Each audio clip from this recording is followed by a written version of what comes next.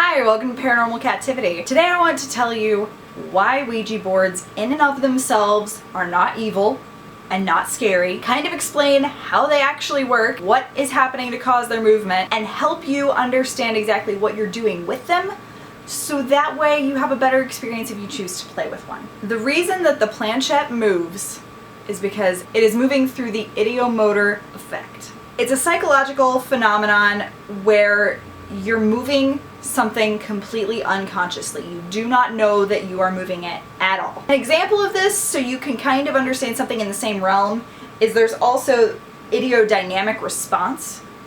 So if you think about taking a big bite out of a lemon, how many of you just salivated a little bit thinking about how sour and juicy that lemon was?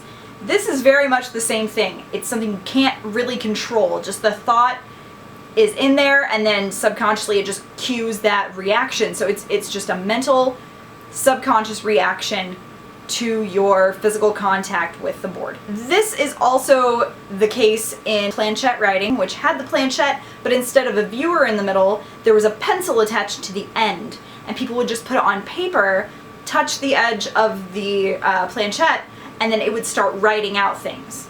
But it was very hard to decipher a lot of the time, so they created boards to help make it simpler. This is also the same effect as table tipping, where it's basically the same thing as Ouija, just you're sitting at an empty table, put your hands on it, and the unconscious movement of all of the participants is making it move around. Having said that, I am not saying that using them doesn't necessarily mean that you're communicating with something in the paranormal.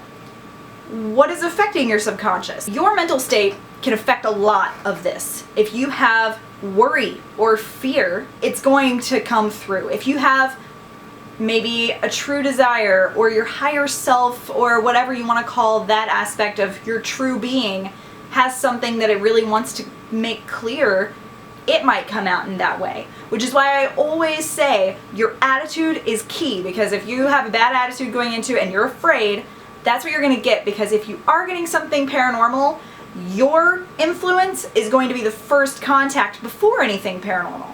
So if something is trying to communicate through you and you have your own fears, you're going to get your own fears before you get anything else to come through. I do feel like spirits or ghosts or whatever you want to call it might also be able to influence those people. So if you are an open channel with a positive outlook, I do feel like you may be able to have true, genuine communication through a Ouija board, but it is moving because you are the one moving it through your unconscious mind. But what is affecting your unconscious mind is open for interpretation, and I am totally open for that concept. It's kind of like if you've ever played Ouija and it starts to spell out a word and you already know what word it's going to be, because you already know. Part of you already knows.